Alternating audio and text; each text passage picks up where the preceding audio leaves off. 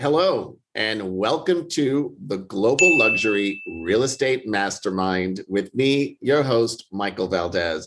Today's guest is a special man. He's a legend in our industry. Chris Stuart, thank you for being on the show. Welcome, my brother.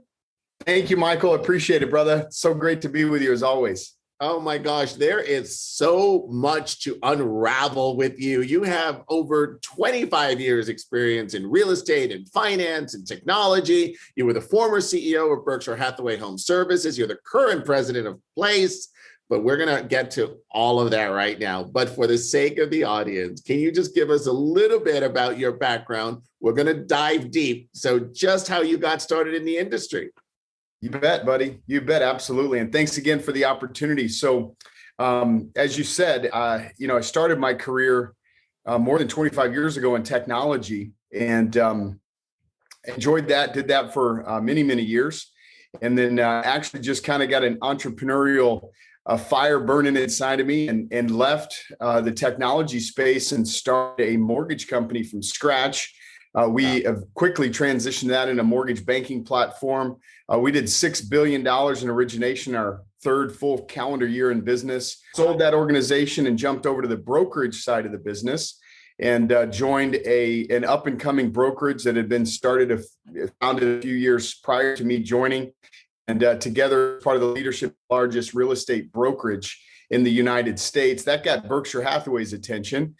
So they acquired that organization, and the founder and CEO and myself went over to Berkshire to run the real estate operation there. That was in 2014, and held various positions there, including the CEO role until May of this year, and joined the Place team. So that's a quick flyby. That was really quick. that was 2.5 decades in like 13 seconds. I like it though.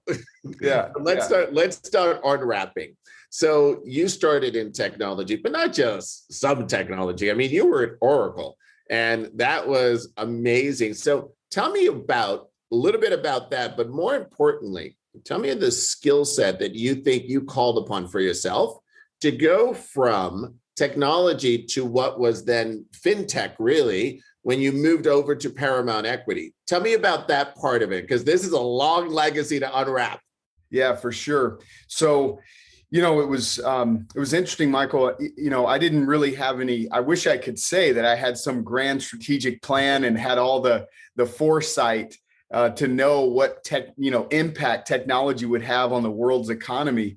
But I came out of school in 95, out of college. And so it was kind of right at this perfect intersection of the internet making its entrance into the commercial enterprise. And so I was lucky enough to have kind of a front seat opportunity at that moment in time, and again, work for companies like Oracle Corporation, which was really just a sales and marketing university. I mean, you get a master's degree every year that you're there, and I was there over 6 years. And so, when I think about the skills that I called upon, well, you're solution oriented. You're thinking very globally, at an enterprise level on behalf of your customers. You're working in a team environment, right? None of the deals that we did at Oracle were done alone. In fact, we had a saying, never lose a deal alone, that I've carried throughout my career. In other words, you want to work inside of a team. You want to understand the bigger picture. You want to become an excellent communicator, which means, a lot of people, I think, in our industry confuse communication with listening, and one's a requisite of the other. You have to be a great listener to be a great communicator. And so those are some of the key skills that I felt like I developed early on in my career as a result of the technology role that I had, and absolutely carried those forward into the hyper growth that we had in the mortgage organization. And then also looking to things like scalability, the role that technology played in our organization, the role of sales and marketing. And, most of the folks that we hired early on were not from the mortgage business. We were hiring folks like us from technology and from pharmaceutical sales and from advertising sales, and teaching them how to run a sales and marketing playbook that generated the scale that we experienced. I just love something you sort of said. You never lose a deal alone. right? And when you start thinking about, most of the people listening to this are probably people that are agents in our industry, and and look up to you and your career.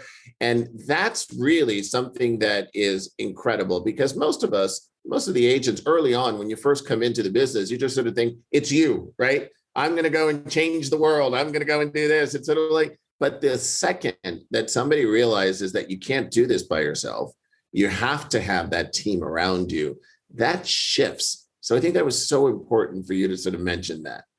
Yeah. That's such a key point. Yeah. Particularly when you look at the concentration of the business today, Michael, if you looked at the Real Trends study from last year, teams increased their production, top producing teams, by 50%. That's right. Whereas individual agents and even the top brokerages increased, 10 to 20% range, depending on which, category of agent you're looking at.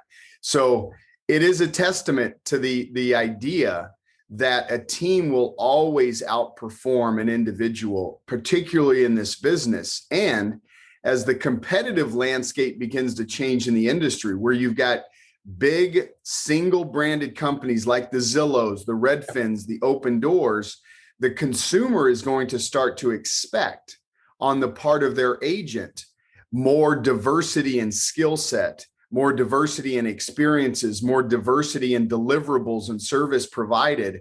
And so that, I think both of those dynamics speak to that point as well, as a team will always outperform an individual.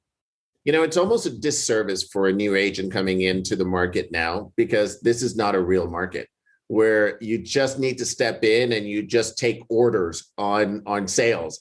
And they haven't really experienced a down market, which is where the skill set truly comes in. And that's when you truly realize that even if you're a single agent, you're still not doing it alone. There's still a lot of people behind you. That's right. No, and that's a good point. You can be a great individual agent, but you would want to then surround yourself by a brokerage, by an office, by some assistant and transactional support staff that makes you appear to be much bigger and more, savvy than someone that is just trying to spin all these plates by yourself. Yes. And then so now you went from finance, now you get into real estate, and you go into Intero. You were the EVP at Intero. Tell me about that journey. Yeah. So that was fun because, we were coming out of the recession. So, we all, for better or worse, we all hit the reset button. And sometimes that's liberating, right? So you just kind of look at the opportunity. The mortgage bank sold, actually. So it was a great opportunity for me to pursue what had become really my passion, which was the brokerage side of the business. I got to see the brokerage side of the business through the mortgage lens, but realize, wow, that's really a neat part of the industry, and all the creative freedom and the entrepreneurialism and all the great people that you meet. And not to say that wasn't the same in mortgage, but it was much more structured. It was an employee kind of relationship, and it just wasn't the same dynamic. And so I was really attracted to that. Yeah. So I joined, my mentor and who would become a great, great personal friend of mine, Gino Blafari, had started Intero several years earlier. And really, we just hit it off personally. And professionally, the opportunity for me was to come in and build the franchising side of the organization there at Intero. And so that, again, calls back upon, experiences in technology, experiences in fast growing organizations, experiences in communication and leadership. And so, we just hit the ground running. And again, with no mergers or acquisitions, no fancy comp plan, no cap commission model, no profit share, really nothing that you look today as sort of the accelerating, variables in a lot of these business plans. We didn't have that. So it was a very much an organic kind of handshake to handshake type of a deal. And so that was really, really fun. And again, we had a lot of success, built it into the 7th largest brokerage organization in the United States within just a few years. So that was really fun. So talk to me about that. Talk to me about that franchising, because, we've both worked for many franchised brands. And so how do you go about with a brand like Intero, let's say, or Berkshire or wherever it is? How do you go about creating that value proposition to really have that differentiation in the marketplace, not just for the people that are within the organization, the franchisees and things like that, but ultimately the end consumer? How do you start that task? Because that's a big elephant to chew. Yeah, absolutely. And, I share this a lot, this perspective that I actually developed in the late 90s as the dot-com boom was going crazy. And again, I Yeah. was in Silicon Valley working at Oracle. Some of the dot-coms were our customers. And I learned then that, a lot of times in industry, there are companies that get created, and I describe them this way. There are companies that have solutions in search of problems that don't exist. And in a lot of ways, I feel like our real estate industry is encumbered by that same mindset, right? We've got a lot of companies monetizing our industry, monetizing our agents, and the solutions that they provide either really aren't that relevant, they're not that timely, they're not that economically valuable. But because of this fear of missing out, right? FOMO, and just kind of the entrepreneurial craziness that our industry is characterized by sometimes, we're all chasing these things and buying these subscriptions and implementing these products and leveraging these philosophies. And at the end of the day, what is it doing for us? And in my opinion, a lot of times nothing. And so to your question, I think the most critical thing that agents or companies can constantly assess is, what are you doing in the marketplace to address any very unique problems? Now, on the part of Intero, we had developed this organic growth model. We had wrapped it in a really solid operating system. We had tremendous accountability and discipline.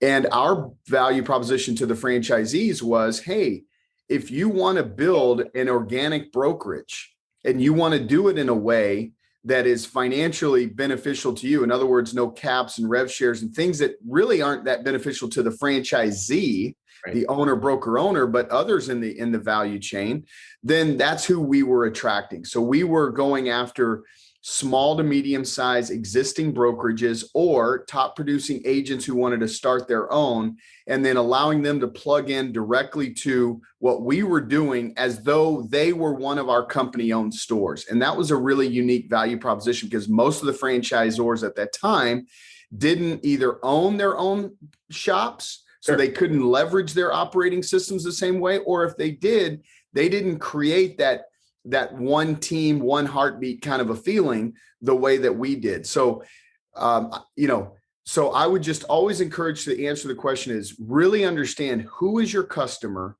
and what problems are you trying to solve? And as it relates to the question on your, to the agents dealing with their consumers, it's the same thing. And so it's a matter of identifying where are your strengths, where are your skills, where are your experiences, and where is your passion? Do you want to be involved in every step of the way? Some agents do, some don't.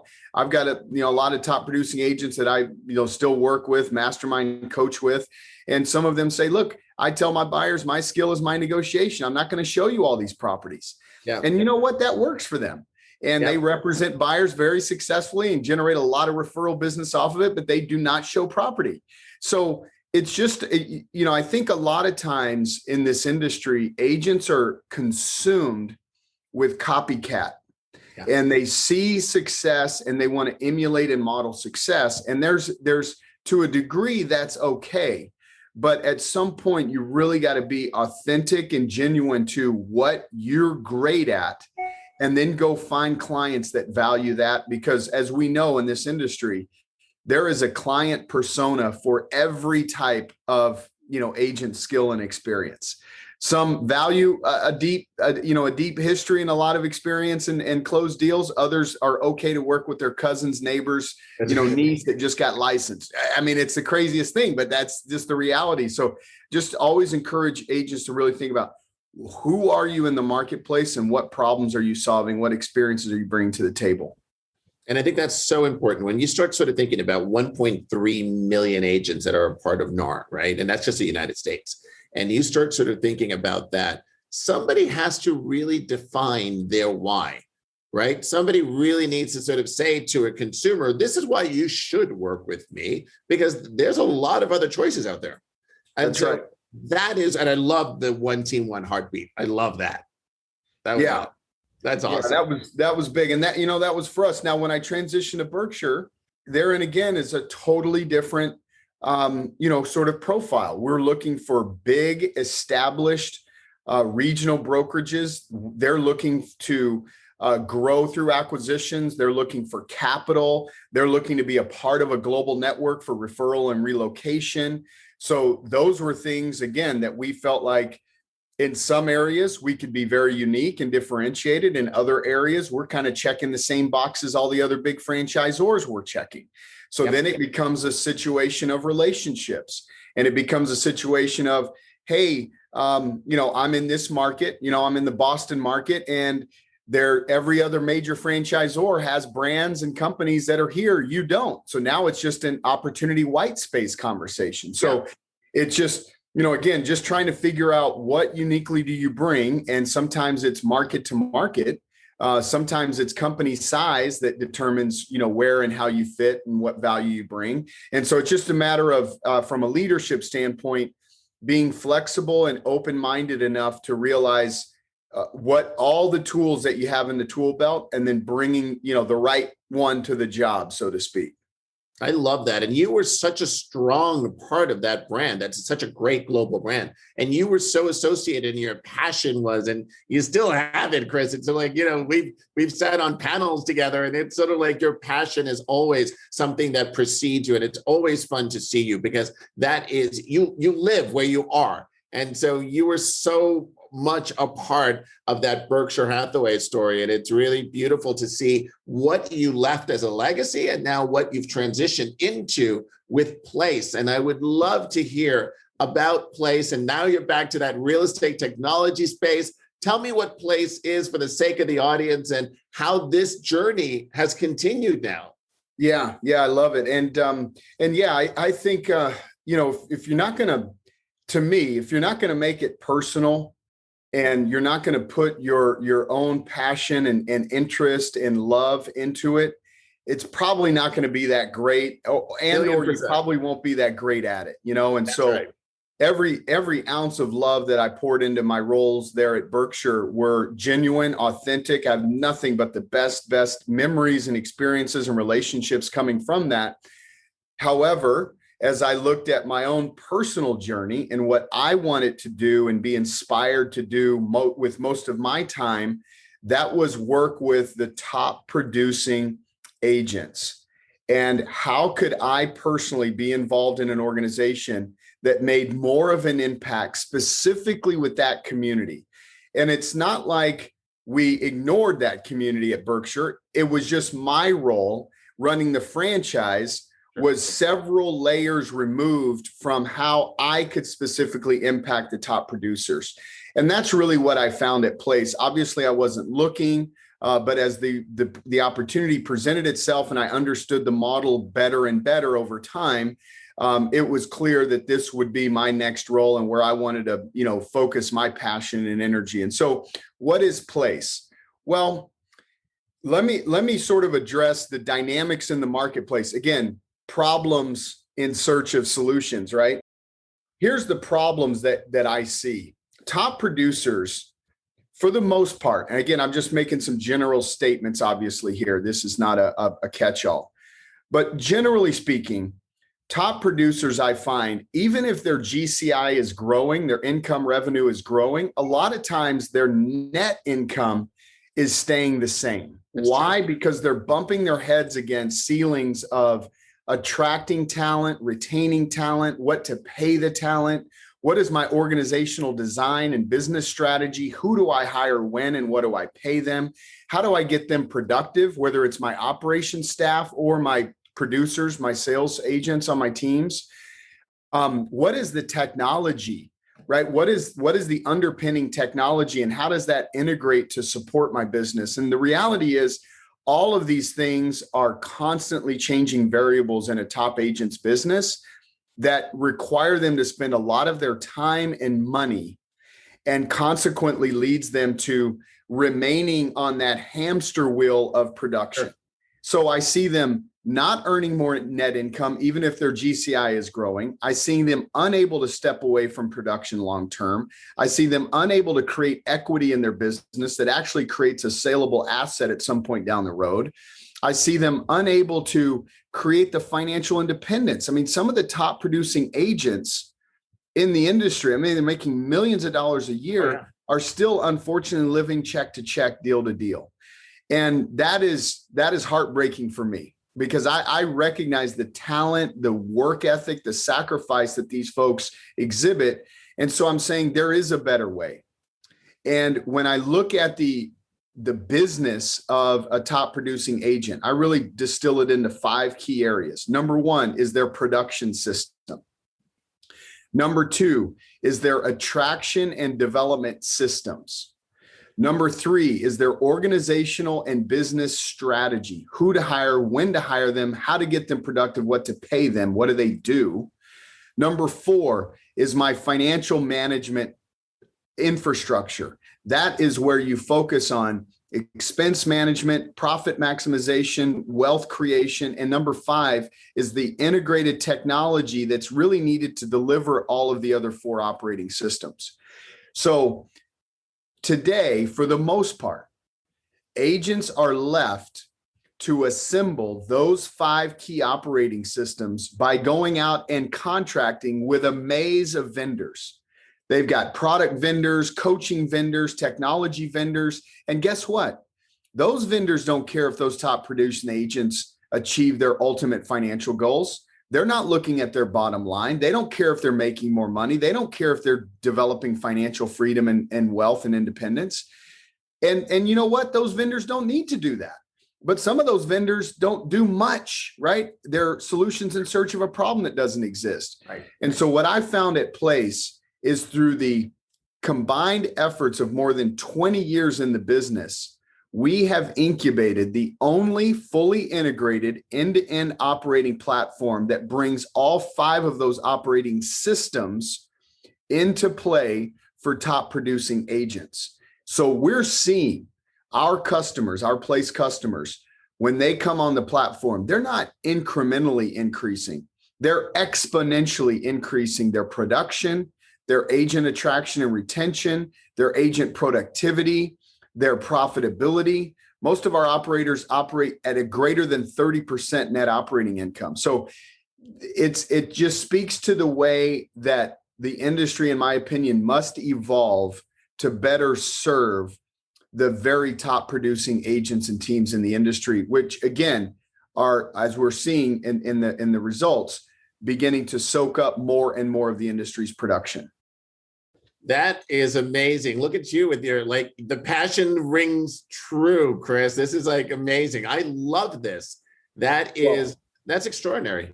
Well, this is great, Michael, because, now, we'll be able to impact a collection of top producing agents in the form of our Place partners, and really develop and deliver on the promise that this industry has for them, right? Financial independence, wealth development, step away from personal production on your own terms, and give them those, not just today, but into the future, those operating systems, that matter most in a way that's integrated. Giving them freedom, in essence. Yeah. Giving them freedom, giving them security, giving them sustainability, and doing it in a way that doesn't put them on an island. And that's the thing I want everyone to know is, number 1, you're not alone. And number 2, there has been a path, a trail blazed for you. So you're not alone, and someone has done what you are either struggling to do or aspire to do. Love that. I love that. Hey, Chris, what's the greatest lesson you've ever learned in your career? I would have to say that it's the quality of people that you surround yourself with is absolutely everything. Yep. And it's hard for me to pinpoint when or how that lesson was shared with me, right, Michael, so to speak. Yeah. But over the course of my experiences, it is 100% a function of who you're surrounding yourself with. And that's another thing that gets me so inspired by where I am now, because I imagine how many top producers, I like to say a lot of times that top producers are so fiercely fought over, but then so quickly forgotten. And I meet so many top producers that are sitting inside of a brokerage, could be a small mom and pop. Maybe they're independently owned as the owner operator, or maybe they're inside one of these big global brands, but they're being left alone. Why? Because their manager doesn't want to rock the boat. Their manager or brand or brokerage doesn't feel like they can offer any value, so they just don't want to disrupt it. And those are the people that deserve and are most willing to be coached up. Sure. And so that's my passion. I want to cajole every top producer in the industry to the extent that they're not being surrounded by great people. I want to expose them to greatness, because I'm confident that all of them can 2, 3, 5x their production. And not just their top line production, but their profitability and their financial independence and their wealth development. You know, I have a great friend who is the head football coach at the University of Hawaii. And I interviewed him yesterday for our partner call. We have a partner call every Monday at 1:00. And we just share best practices and pour into each other. And so I brought my coach, Coach Todd Glrem, University of Hawaii. And that was one of the things we talked about. I said, Coach, what errors do you see amongst your peers in the industry? He said, 90% of them never win any championships. And 90% of them stay networked with the other 90% that never win anything. And all they do, he calls it the fellowship of the miserable. And I said, so what behaviors do they bring about in terms of the practice field and their approach? He said, most of them yell more at the second and third string players than they do their star athletes. So this behavior, it carries itself out in multiple industries. And the real estate industry, I feel like, is just ripe for transformation in this area. We need to focus on our very, very best people in the industry. We need to pour into them. We need to help them get out of this industry what they're all collectively sacrificing to put in. And in my opinion, that comes in the form of better systems, better tools, better integration, less confusion, less noise, and ultimately more profitability. That's really very powerful. I love that. Now, earlier we talked about new people into the industry, right? So somebody's stepping in today with your 25 years plus of experience. What are 3 pieces of advice you would give somebody entering the business today? Yeah. So number 1 is we all need to operate in the presence of a plan or a vision. And that plan needs to be associated with the activities that will lead to the results.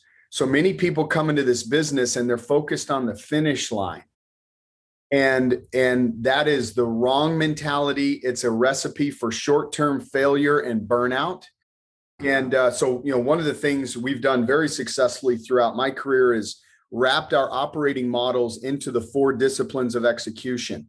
So the 4 disciplines of execution are: number 1 discipline, focus on your wildly important goals.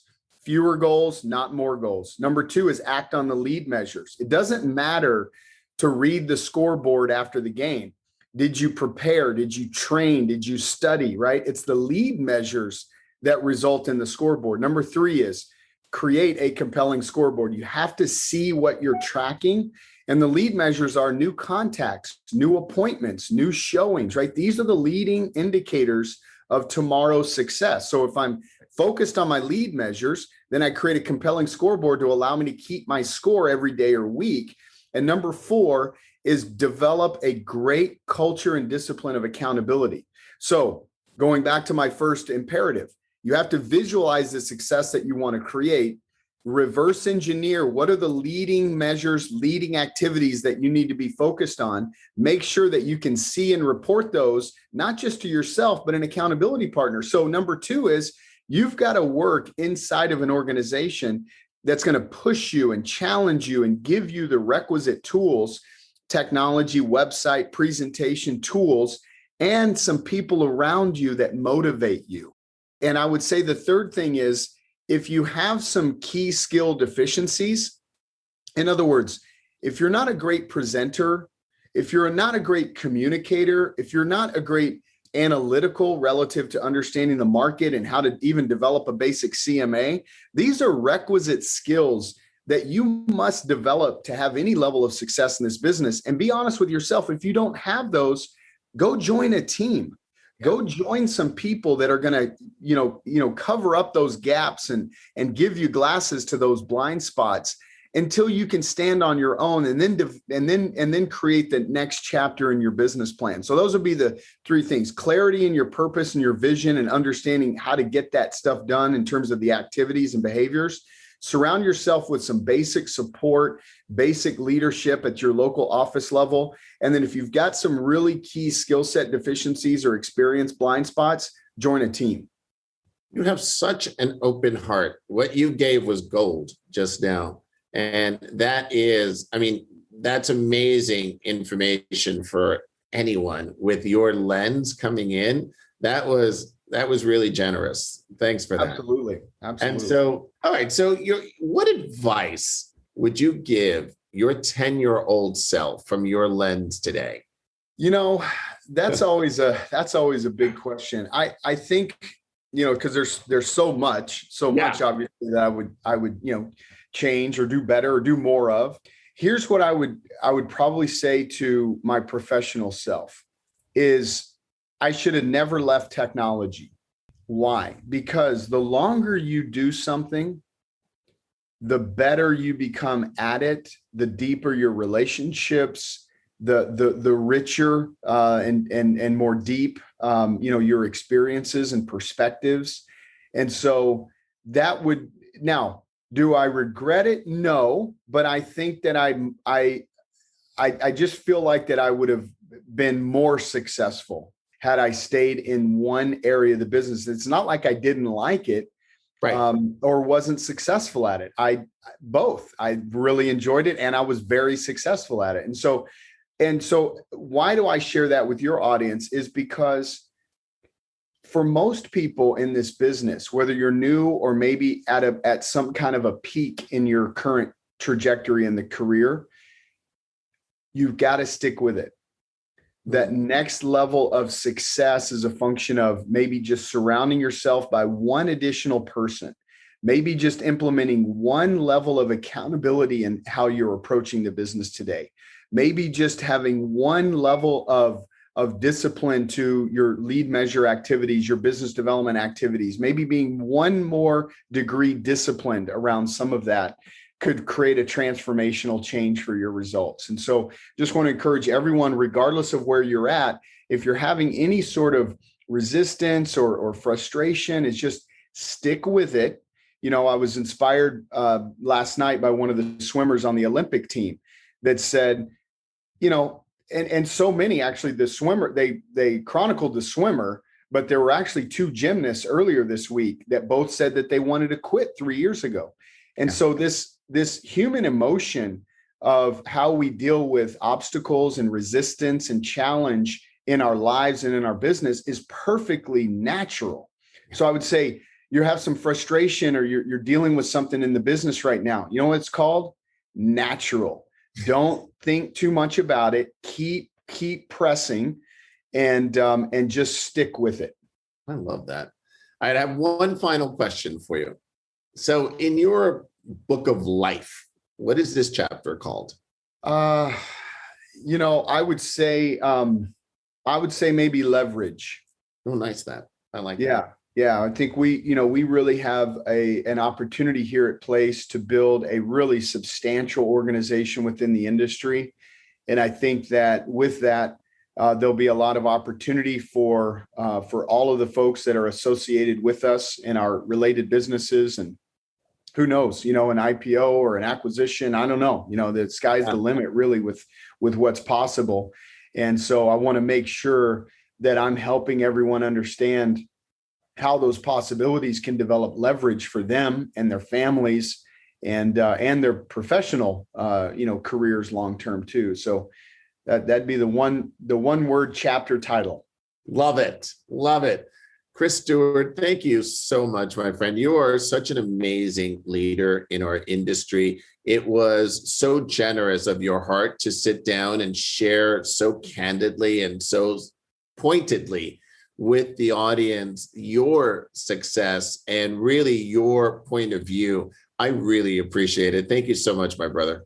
You got it, Michael. And thank you, man. Thank you for your leadership and your energy and your hard work in our industry and just blazing trails for other people out there. I appreciate you and appreciate the opportunity. Thank you, Chris. And thank you for all of you for listening. This has been the Global Luxury Real Estate Mastermind with me, your host, Michael Valdez. Thanks so much.